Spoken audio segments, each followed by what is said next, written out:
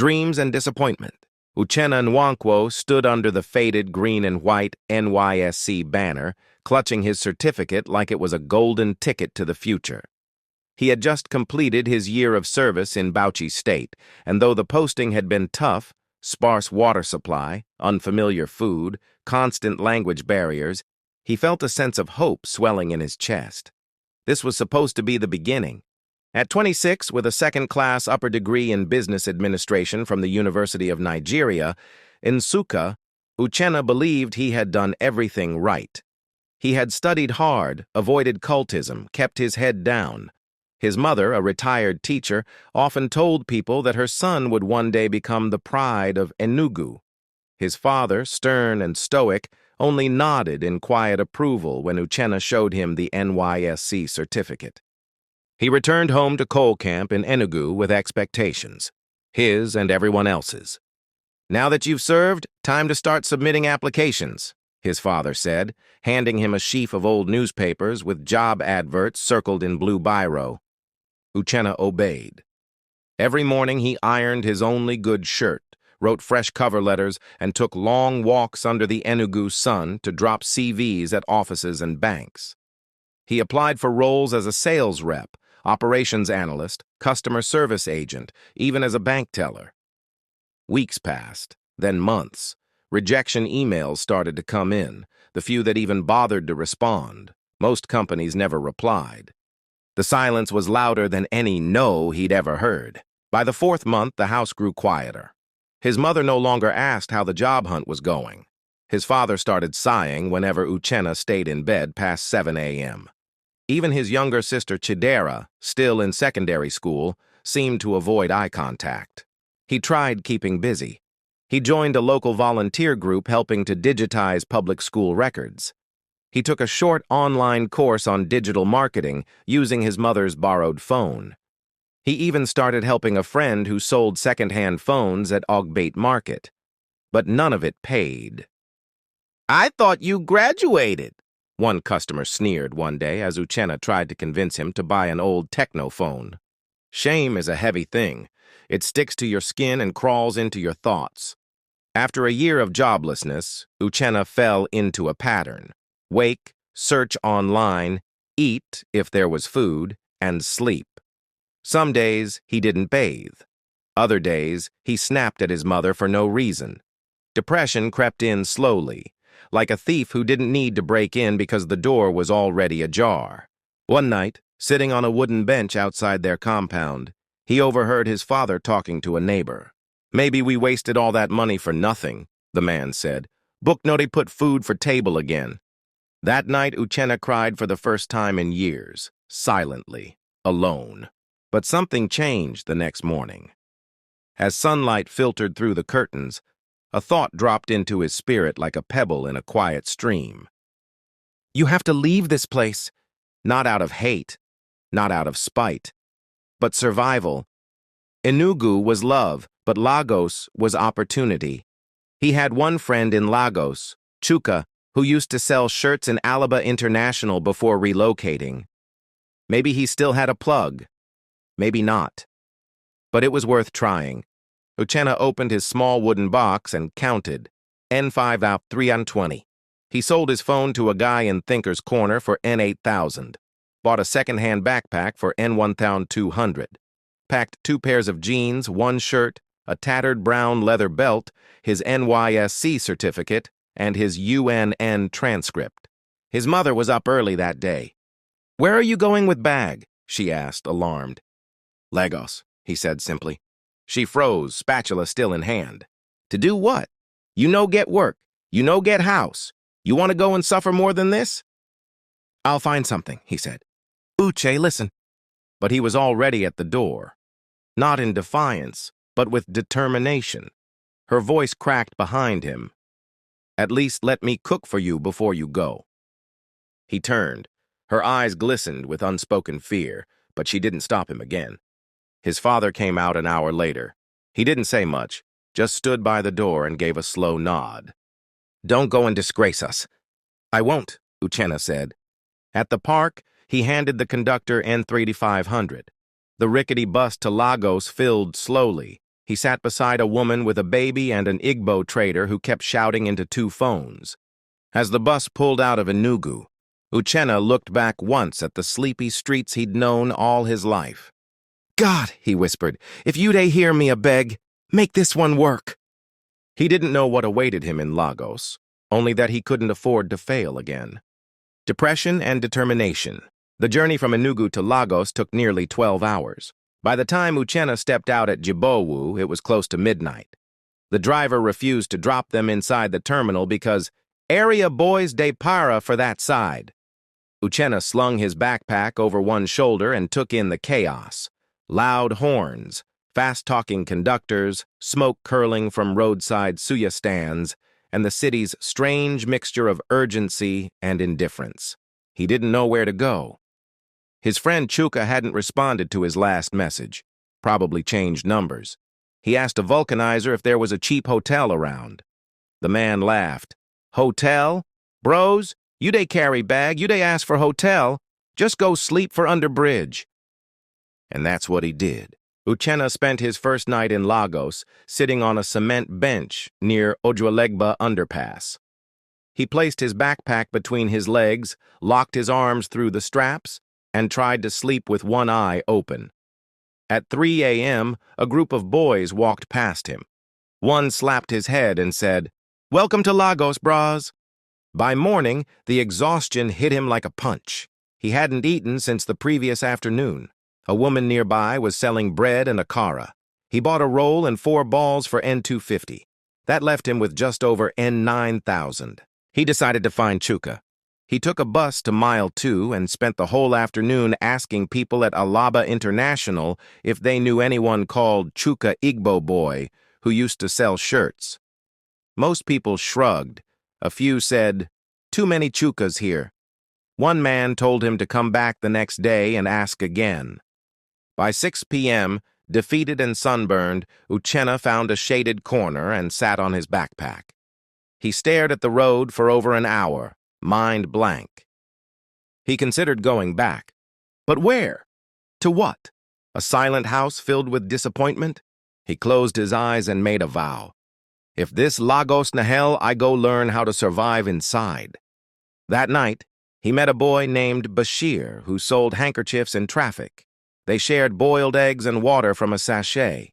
Bashir told him about an abandoned kiosk in Ikorodu where some boys squatted at night. "You fit stay for their small time," Bashir said, "but dem know they like strangers." Uchenna went anyway. The kiosk turned out to be a collapsed container shop beside a mechanic yard. There were 5 other boys, 2 from Osun, 1 from Jos, 1 from Benue, and the last from Sapel. They agreed to let him stay as long as he contributed money for water and didn't bring wahala. So began Uchenna's Lagos life. During the day, he roamed Oshodi, Ikeja, and Ojuelegba in search of anything: work, connection, miracle. He offered to carry loads at market stalls, cleaned up shop fronts for N200 a day, and sold bottled water at traffic junctions. Some days he earned enough to eat. Other days he drank Gary and slept on an empty stomach. He applied for jobs at banks, supermarkets, phone shops, logistics companies. They all wanted experience. He attended an interview at a courier service in Lekki, but couldn't afford the return transport fare. He walked half the way back to Ojota. Weeks turned into months. The other boys in the kiosk began to scatter. One was arrested for phone theft. Another went back to his village. Bashir left one day and never returned. Lagos was hard, but Uchenna became harder. He trained himself to wake up at 5 a.m., bathe with sachet water, and hit the streets before sunrise. He kept his clothes clean, even if he had to wash them at 11 p.m. He stopped waiting for help and started looking for angles. One afternoon, at Computer Village, he noticed a man arguing with a customer over fake earphones. Uchenna stepped in, calmed the buyer down, and explained how to spot real from fake. The customer left smiling. The shop owner, impressed, asked, "You sabi this business?" "I fit learn," Uchenna replied. That's how he met Mr. Fred, owner of a small electronics stall. Mr. Fred didn't pay much. but he let Uchenna hang around the stall, learn the ropes, and occasionally help with sales. Within 2 weeks, Uchenna had memorized prices, understood quality grades, and could tell a fake Samsung charger from 5 feet away. He began selling leftover stock on the side: chargers, screen protectors, earphones. He hawked them in traffic, on foot, yelling in Yoruba and Igbo. "Original charger, better price o. No be China way go burn your phone." At first, the sales were poor. Lagosians don't trust easily, but slowly, Uchenna's charm and honesty won people over. He returned change. He tested every item in front of customers. If something failed, he replaced it. By the end of his second month with Mr. Fred, he had saved N21,000. He used N15,000 to buy his own first set of stock, 20 phone chargers and 10 earpieces. He packed them in a sling bag and hit the road on his own. From Monday to Saturday, Uchenna walked miles under the sun, hawking, marketing, calculating. On Sundays, he rested or planned his next move. He refused to buy a phone again. Not yet. He needed capital, not distraction. He bought a notebook instead and began writing down everything: how much each item cost, where to get cheaper stock, what people liked and didn't, names of loyal customers. One day, while resting at a buka, he overheard 2 men talking about a deal to supply phone accessories in bulk to a store in Lekki. One of the men was skeptical about finding a reliable supplier. Without overthinking it, Uchenna walked up to them. "Excuse me, sir," he said. "Sorry to interrupt, but I can handle your supply. I sell quality phone accessories, and I'm serious about my business." The men looked at him: dusty sandals, sweaty shirt, no briefcase. But something in his tone must have struck them. He applied for jobs at banks, supermarkets, phone shops, logistics companies. They all wanted experience. He attended an interview at a courier service in Lekki, but couldn't afford the return transport fare. He walked half the way back to Ojota. Weeks turned into months. The other boys in the kiosk began to scatter. One was arrested for phone theft. Another went back to his village. Bashir left one day and never returned. Lagos was hard, but Uchenna became harder. He trained himself to wake up at 5 a.m., bathe with sachet water, and hit the streets before sunrise. He kept his clothes clean, even if he had to wash them at 11 p.m. He stopped waiting for help and started looking for angles. One afternoon, at Computer Village, he noticed a man arguing with a customer over fake earphones. Uchenna stepped in, calmed the buyer down, and explained how to spot real from fake. The customer left smiling. The shop owner, impressed, asked, "You sabi this business?" "I fit learn," Uchenna replied.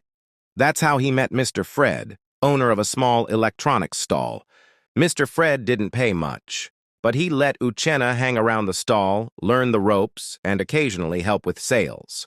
Within 2 weeks, Uchenna had memorized prices, understood quality grades, and could tell a fake Samsung charger from 5 feet away.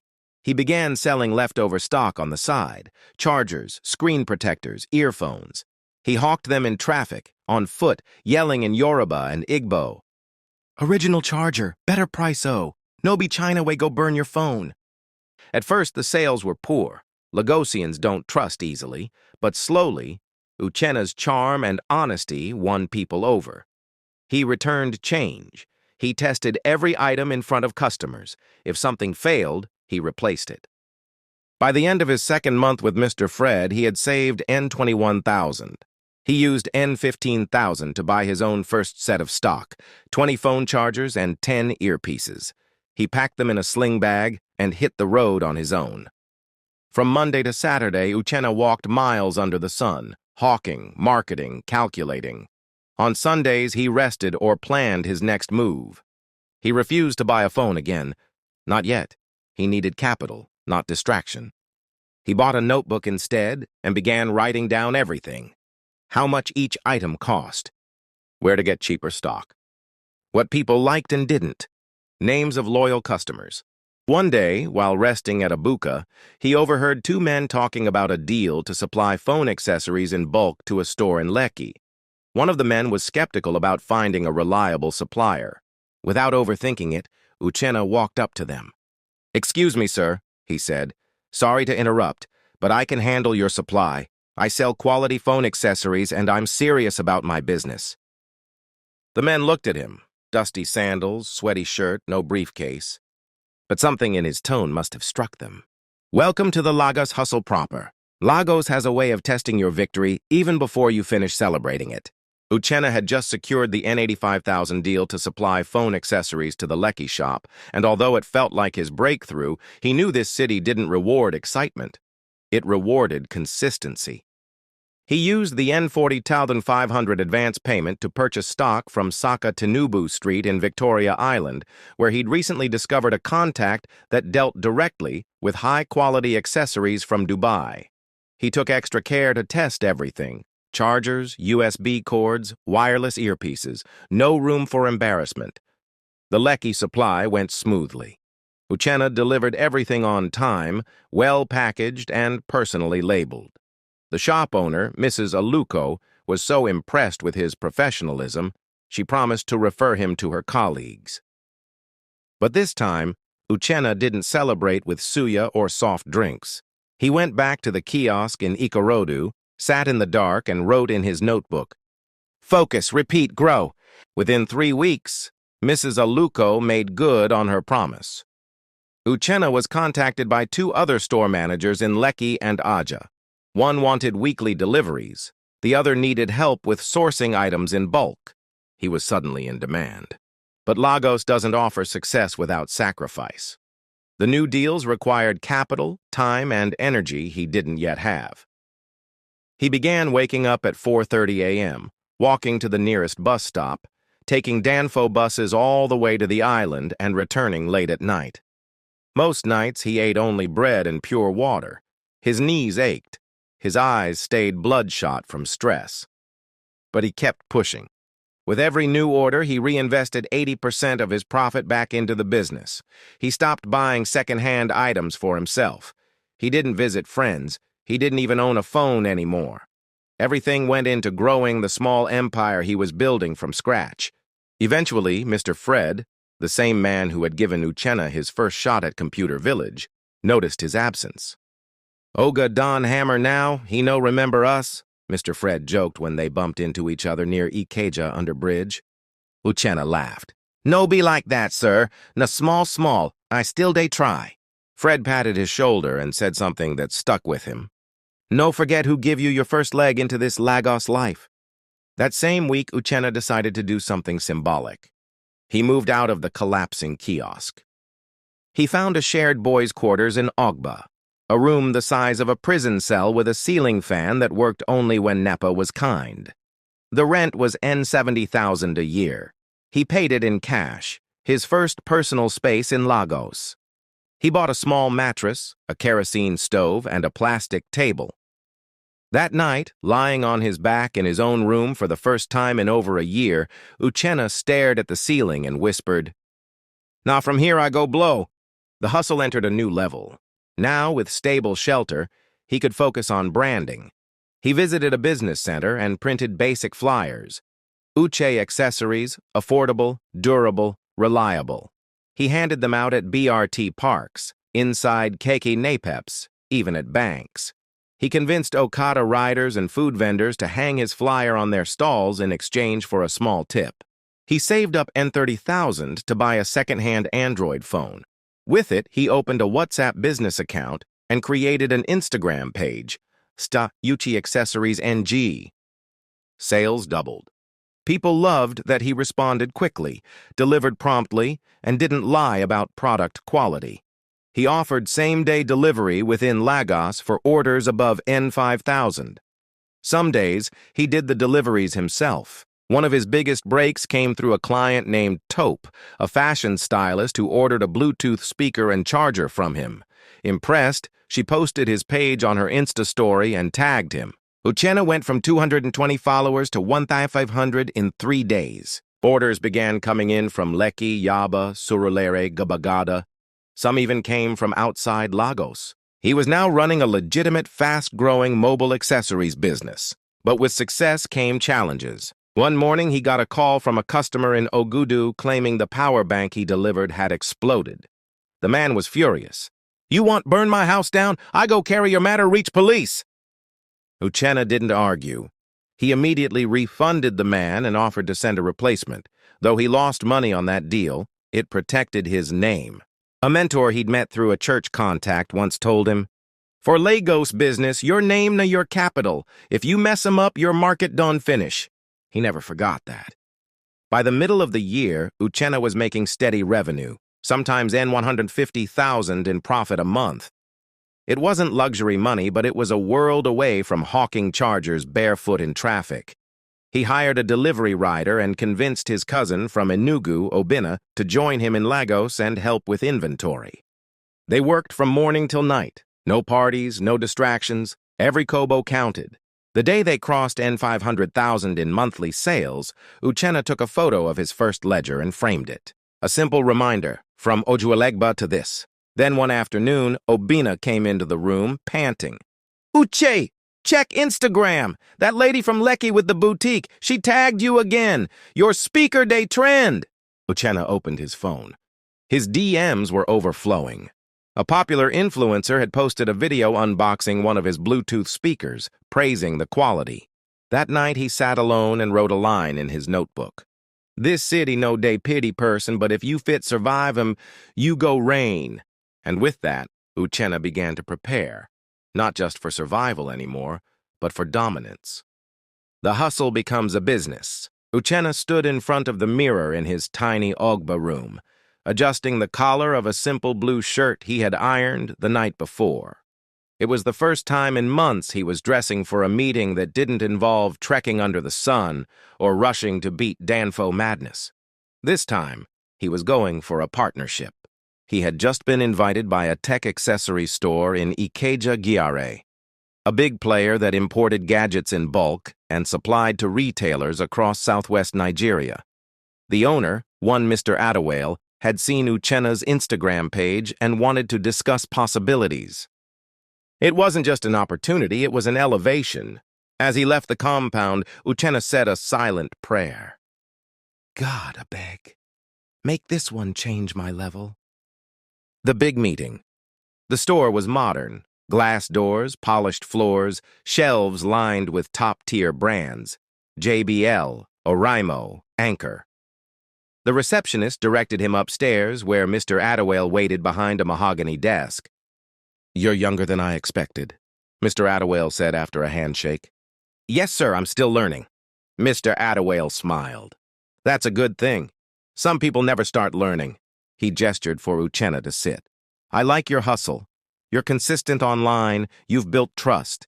But let's be real. To grow, you need better inventory, more variety, and most importantly, structure." Uchenna nodded, soaking in every word. "What I'm offering is simple," Mr. Adewale continued.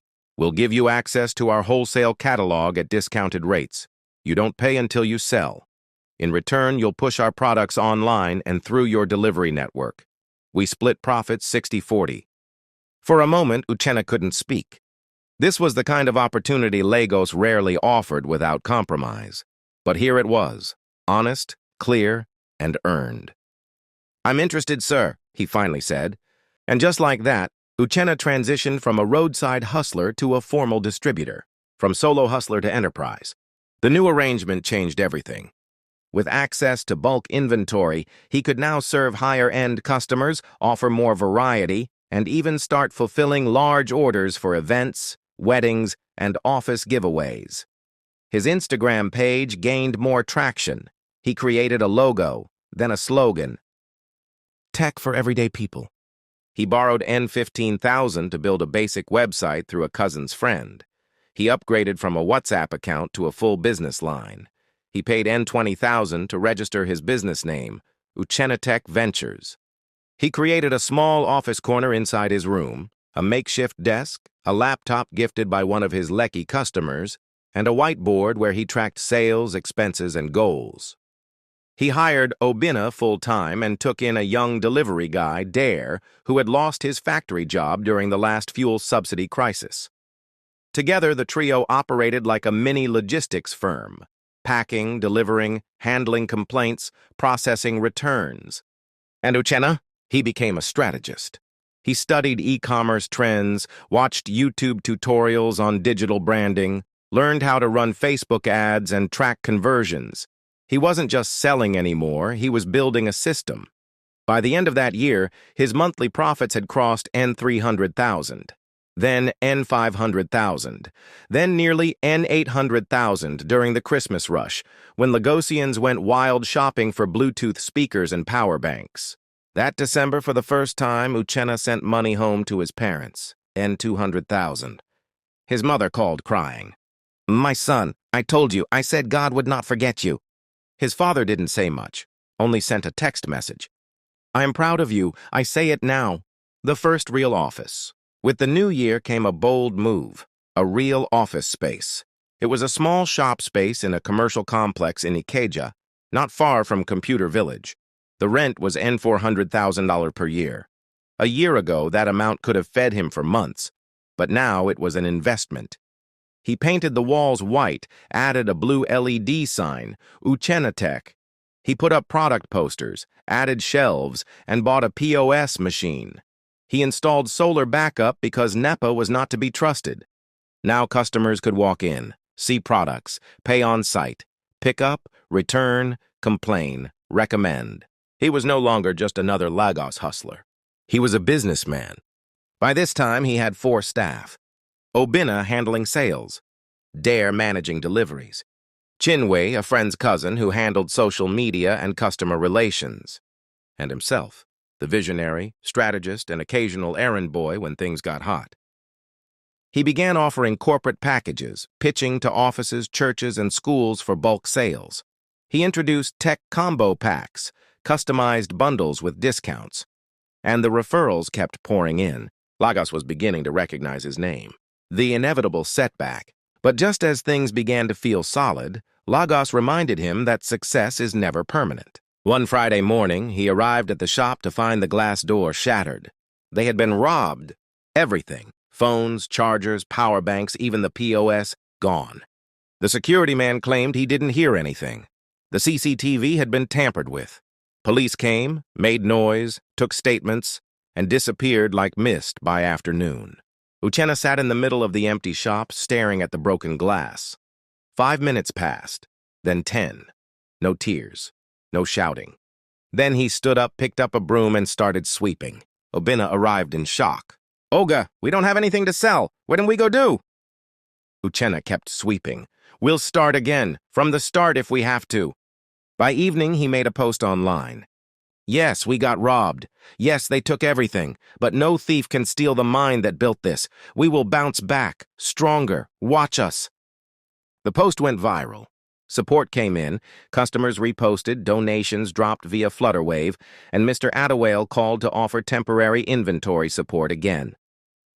Within 1 week, they were back. Not fully, but enough to continue.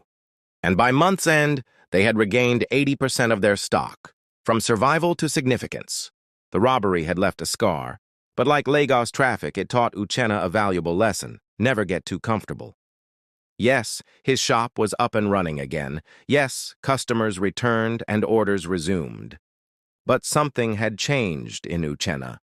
A deeper fire now burned. He wasn't just hustling to survive anymore. He wanted to matter. He wanted to leave a mark. Expanding the vision. Sitting on a stool in front of his reopened shop one humid Monday morning, Uchenna flipped open his notebook. The same battered one he had carried since his days hawking in traffic. He scribbled, "New goals, 12 months. Launch personal brand. Open second outlet, Lekki. Hire 2 more staff. Launch website with e-payment system. Speak at a youth empowerment seminar. Hit N10 million in total revenue." That final goal sounded crazy to him at first, but Lagos had already taught him that crazy was possible. To start, he decided to legitimize the brand more publicly. He hired a graphics designer to refine his logo and revamp his social media branding.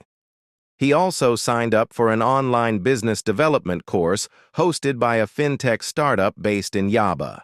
Twice a week, after closing from the shop, Uchenna would take a bus to Yaba, sit in a co-working space with a borrowed laptop, and learn about business models, marketing funnels, customer retention, and financial management.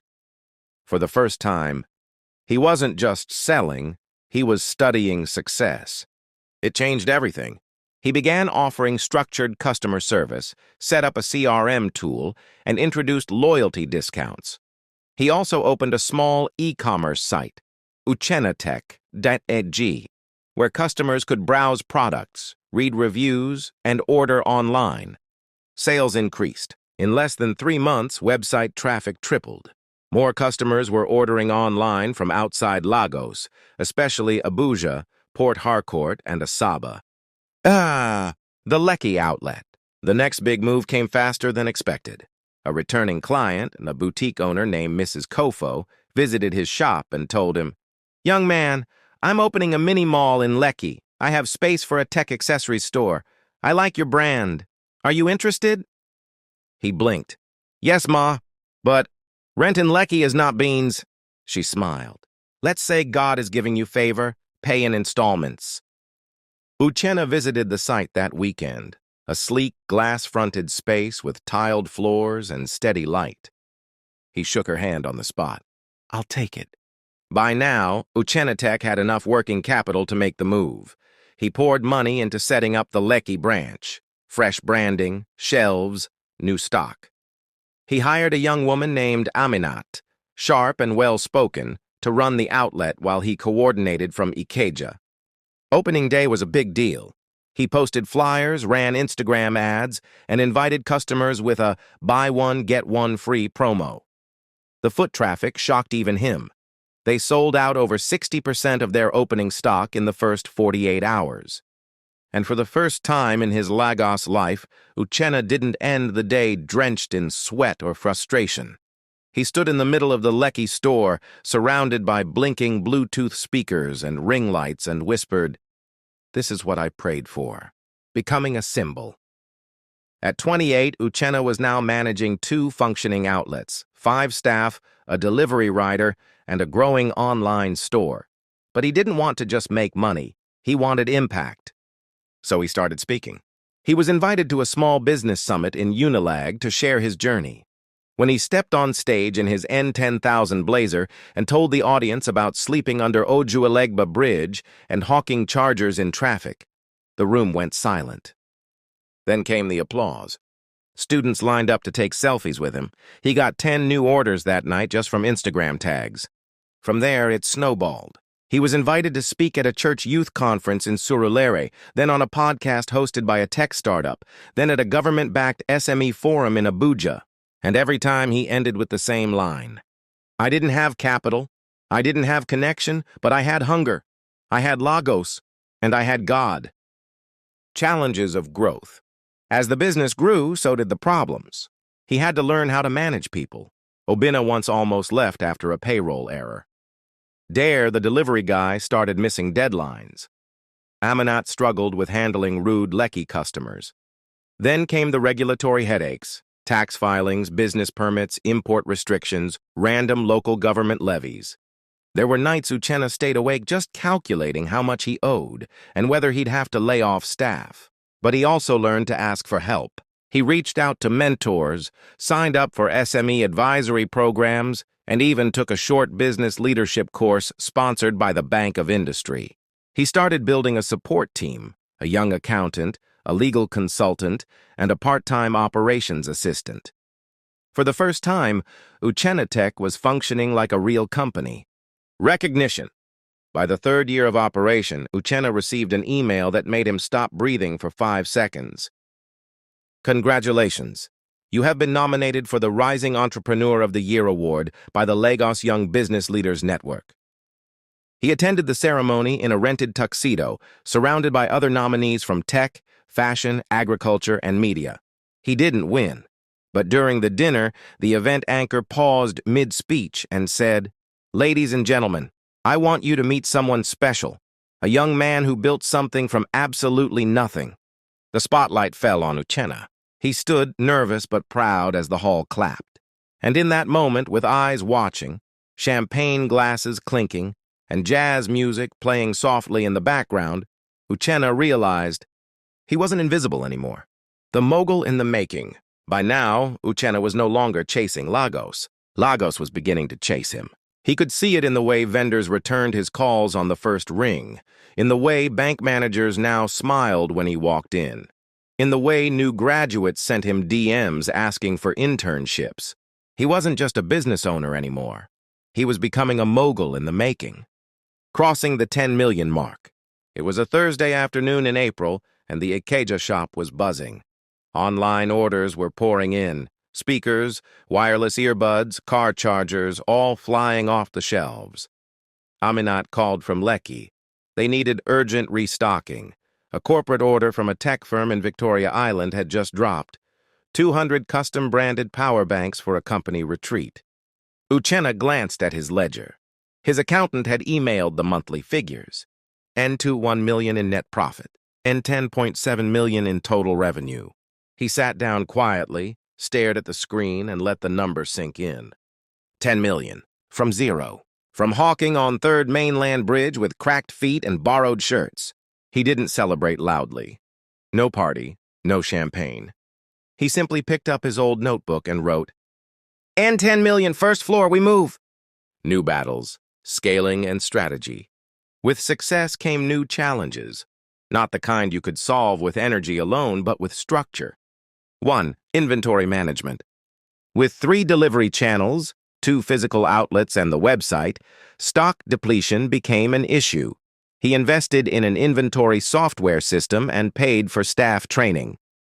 2. Staffing woes. Dare had become too inconsistent. After missing an urgent Lekki delivery due to fuel scarcity, Uchenna had to let him go. It pained him. Dare had been with him since the kiosk days. But loyalty without discipline was dangerous. He replaced him with Peace, a former dispatch rider from Jumia who brought precision and experience. The supplier disruptions, import restrictions, and fluctuating exchange rates hit his margins. Mr. Adewale, his former mentor-turned-supplier, was struggling too. Uchenna made a bold move. He contacted a Chinese accessories vendor directly via Alibaba, using a translator friend to help navigate the conversations. By June, he had shipped his first direct consignment of tech accessories from Shenzhen. It took 6 weeks, but it cut costs by almost 30%. That single move increased his monthly profit margin by over N500,000. Uchenna Tech Academy. But Uchenna couldn't ignore what he saw around him, hungry young people with no direction, just like he once was. So he launched a side project, Uchenna Tech Academy, a free weekend program held once a month at a rented co-working space in Yaba. The idea? Teach young Nigerians how to start tech accessory businesses with less than N20,000 capital. He taught sourcing, social media sales, branding, and customer service. The first class had 8 students. By the 5th class, 62 people had registered, some physically, some online via Google Meet. One of them, a 19-year-old girl named Chidinma, sold her first N100,000 in products within 3 weeks after completing the program. When she called to say, "Sir, you changed my life," Uchenna felt something deeper than profit. This was legacy, an invitation from the government. In September, he got an email that looked suspicious at first. "You are hereby invited to the Presidential SME Roundtable in Abuja as one of the top 50 young entrepreneurs under 35. He almost ignored it, until a follow-up call came from someone in the Ministry of Youth and Sports. Abuja. Flight, hotel, panel speaking. He arrived in a crisp white senator outfit, still feeling like the boy from Nsukka. The event was grand. Ministers, CEOs, ambassadors, and there he was, the man who used to sleep on cartons in Ikorodu, now seated on stage discussing youth empowerment through digital commerce. He spoke with calm authority. He told the story of sleeping in Ojuelegba, of losing his first consignment, of being robbed, of rising again. He ended with, "Nigeria is tough, but tough is the raw material of greatness." The hall applauded.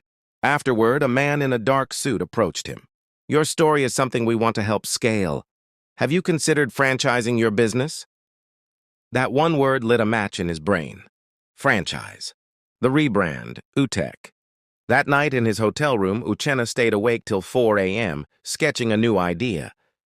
Uchenna Tech is now Utek. Sleeker, global ready, franchisable.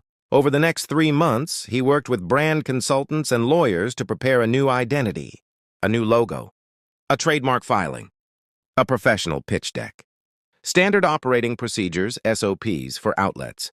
Utech would become a national chain. Physical stores, e-commerce platforms, training centers, and branded accessories. It wasn't a dream anymore. It was a plan. Coming home. After years away, Uchenna finally traveled back to Nasuka for Christmas. He wore a white agbada, drove a modest Toyota Corolla, and arrived at his parents' compound to a crowd of shouting relatives and neighbors. "Uche billionaire," they hailed. He smiled shyly, lifting his little niece into the air. Not billionaire, not yet, but far from the boy who left. That night, under a clear sky, he walked alone to the back of the compound, sat on the grass, and stared into the darkness. He whispered, "Thank you, God, but I'm not done yet." And he wasn't. The empire expands. It began with an email subject line that read, Utech franchise proposal, Ogun, Enugu, FCT. 3 different franchise inquiries, 3 different regions, one name Utech. What started as an idea in a hotel room in Abuja was now becoming a movement. Uchenna stared at the proposals, his heart pounding. These weren't just casual interest. They were serious business plans from people willing to invest their savings into bringing his brand to their cities. The empire had begun to form, laying the foundation. Uchenna didn't rush. He knew franchising could either scale his dream or destroy it. So he slowed down to build solid groundwork.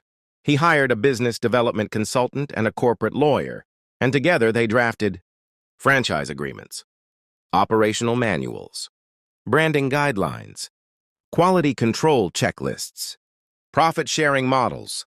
His goal was simple: replication without compromise. Every new franchise had to reflect the Utech values. 1. Affordability. 2. Authenticity. 3. Accountability. 4. Africa First Growth. After months of legal vetting and negotiation, the first pilot franchises were approved. Abeokuta, Ogun State, managed by a former customer-turned-partner who had experience with phone accessories. Nasuka, Enugu State, a symbolic return to Uchenna's hometown. This one would be run by his younger cousin and former schoolmate, with Uchenna funding part of the setup. Gwarimpa, Abuja, operated by a former classmate from NYSC who had since moved into small-scale tech sales. Each franchise paid a startup fee, agreed to profit splits, and pledged brand adherence. Uchenna's job? Training, supplying, supervising. The rollouts were staggered. Abeokuta launched in February. Nsuka followed in April.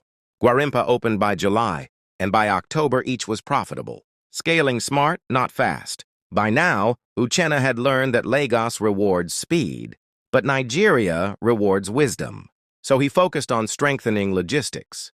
He rented a mini warehouse in Ogudu, Lagos, and hired 2 warehouse staff. That became Utech's central hub. From there, products moved to all franchises and online buyers nationwide. He upgraded the website, added a franchise locator, and built an internal inventory tracking system. He also created a WhatsApp-based CRM where each franchise could log sales, complaints, and customer feedback in real time. Every Sunday, he held a Zoom call with all franchise managers. No excuses. They discussed what sold and what didn't, customer feedback, logistics delays, competition, product innovation. Those calls became the heartbeat of the business. The online boom. Then came the e-commerce breakthrough. A viral TikTok video of a Utech customer unboxing a custom tech gift pack, power bank, Bluetooth speaker, and selfie ring light gained over 500,000 views. Within 48 hours, the website crashed from traffic. They made over $3.5 million in online sales that week alone. Uchenna quickly optimized the website for high-volume traffic, signed up with Paystack for seamless payments, and partnered with Gigi Logistics to handle countrywide deliveries. Orders came in from Lokoja, Calabar, Makurdi, Minna, even one from a Nigerian in Canada, ordering for family in Nigeria. Utech was now truly national. Tech meets culture. Uchenna didn't just want to sell gadgets. He wanted to connect tech with African identity. He launched a new product line, Utech Heritage Series, power banks and Bluetooth speakers wrapped in Ankara and Aso-Oke designs. Each product came with a small card that read, "Proudly African, proudly powerful." The series sold out in 2 weeks. Customers loved the fusion. It wasn't just functional, it was emotional, a connection to culture. Even a Nigerian senator ordered 50 units as gifts for visiting diplomats. Mentorship and media. In the midst of business expansion, Uchenna remained committed to impact. The UTech Academy was now hosting both physical and virtual masterclasses, with over 300 young people trained in the past year alone. He partnered with NGOs to reach underprivileged youths in Ajagunle and Onitsha. He sponsored 10 of them with startup kits. He also began appearing in media, featured in Forbes Africa's Under 30 to Watch list. Interviewed on Channels TV for Youth Innovation. Guest on a BBC Pidgin documentary on Grass to Grace in Nigeria. Despite the fame, Uchenna remained grounded. He still ate roadside suya, still replied Instagram DMs himself, still thanked every customer personally when big orders came in. A personal milestone. Amid the business whirlwind, Uchenna found time for something personal. Her name was Adize, a tech-savvy, no-nonsense financial analyst he met during a panel discussion in Lekki. Their first conversation was about scaling SMEs. Their second about jollof versus fried rice. By the third meeting, Uchenna was smiling like a teenager. She challenged him, grounded him, and reminded him that life was more than numbers, more than hustle. They dated quietly for a year. On his 32nd birthday, after a soft dinner at a rooftop restaurant in Victoria Island, Uchenna went down on one knee and asked, "Will you build this life with me?" Adize said yes. The dream gets bigger. Standing before a new billboard in front of the UTech warehouse, his face, logo, and the words, "Africa's Gadget Plug," Uchenna smiled. He wasn't at the finish line, far from it. But now he had. 3 company-run outlets, 5 franchises, 1 e-commerce empire, a growing team, a woman who believed in him, and a community that now looked up to him. Once upon a time, he was just a desperate graduate begging for jobs in Yaba. Now, he was building an empire, and he was just getting started. Legacy mode. 5 years had passed since Uchenna opened his first roadside kiosk. He was 35 now. No longer the hustling boy with a nylon bag of chargers. He was a CEO, a mentor, a husband, and soon, a father. But even with the millions, the headlines, the interviews, and the investments, Uchenna never forgot why he started. To matter, not just to make money, but to build something that would outlive him. And now it was time to switch into legacy mode, a new headquarters. In late 2026, Uchenna completed the purchase of a 2-story office complex in Lekki Phase 1. It had taken years of savings, a CBN-backed SME loan, months of negotiation with land agents, and every ounce of discipline he could muster. He named it the UTech Innovation Hub. Inside, the building housed a corporate office for his management team, a logistics wing with dispatch bays, a tech accessories showroom, a content studio for product marketing, and 2 training halls for UTech Academy sessions.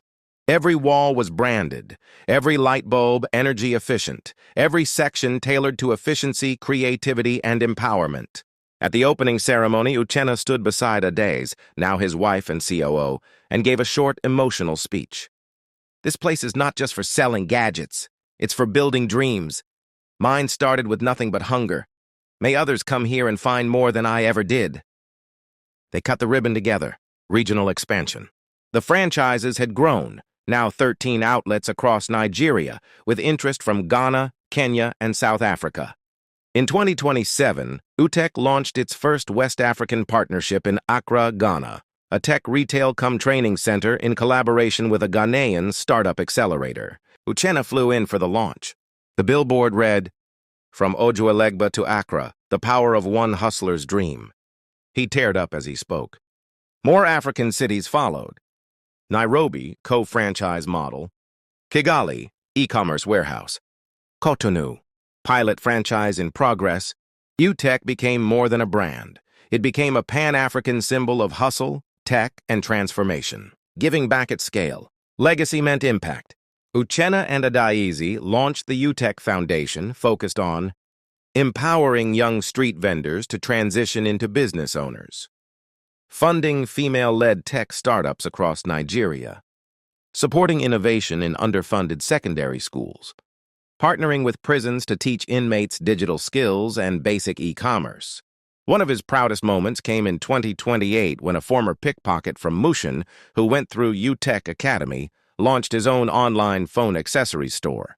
He texted Uchenna, "Sir, I didn't just leave the street, I'm building on it now." That one message meant more than any award. Fatherhood. That same year, Uchenna became a father. A baby boy, born on a rainy night in a private hospital in Victoria Island. They named him Chidibube. God is glorious. Holding the baby in his arms, Uchenna whispered, "You'll never have to sleep under a bridge, but I'll make sure you grow with hunger. The good kind, the kind that builds nations." Fatherhood grounded him more than success ever could. It made him slow down, listen deeper, plan longer. He stopped chasing noise and started planting roots. The last lecture. By 2030, Uchenna was invited as keynote speaker at the biggest tech and entrepreneurship summit in West Africa, held at the Eco Convention Center. Over 5,000 young entrepreneurs gathered, global investors, journalists, diplomats. He walked onto the stage in a simple caftan. No slides, no gimmicks, just him and his story. He spoke of the nights in Ojuelegba, of selling to people who looked through him, of the shop that was robbed, of the little victories, of the first million, of the near breakdowns, of the resilience it took to stay hungry in success. Then he said this, "I started out wanting to survive. Then I learned to thrive. Now I live to multiply. Multiply opportunity. Multiply hope. Multiply freedom for others." The real moguls don't just build empires, they build ladders. The hall erupted. The closing scene. Years later, Uchenna sat on a bench in Nsukka, back where it all began. Now in his 40s, his beard touched with gray, but his fire still bright. Beside him sat his son, 11 years old, holding a tablet with the UTech website open. "Daddy, is it true you used to sell in traffic?" Uchenna chuckled. "Yes, my boy, barefoot sometimes." His son looked confused. "But why?" Uchenna looked out into the distance, where the street vendors still hustled under the sun.